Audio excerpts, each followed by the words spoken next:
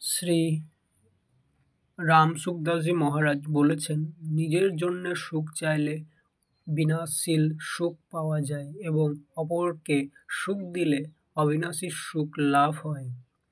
সুখ ভোগের জন্য স্বর্গ আর দুঃখ ভোগের জন্য নরক রয়েছে, কিন্তু সুখ দুঃখের উদরগর্ভ। পরম আনন্দ প্রাপ্ত করার জন্য রয়েছে এই মনুষ্যলোক। জগৎ সংসার থেকে সম্বন্ধ বিচ্ছেদ হলে যে সুখ পাওয়া যায়, তেমন সুখ সংসারের সঙ্গে সম্বন্ধযুক্ত হলে কখনো পাওয়া সম্ভব নয়।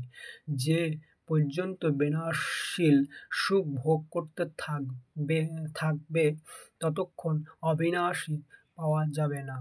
সাংসারিক সুখ ভোগ ক্রমশ নীরসতার পরিণত হয় এবং শেষে ফুরিয়ে যায়, কিন্তু পরমাত্মার বিনাশশীল সুখ সদা সরস থাকে এবং ক্রমশ বৃদ্ধি পেতে থাকে। ভালো তত্ত্বের অভিমান হলে মন্দের মূল।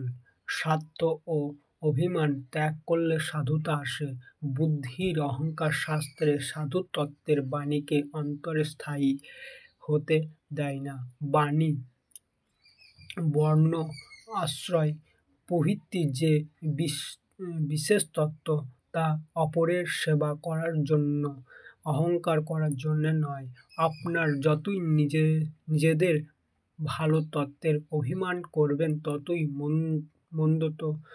মন্দ তত্ত্ব জন্ম নেবে।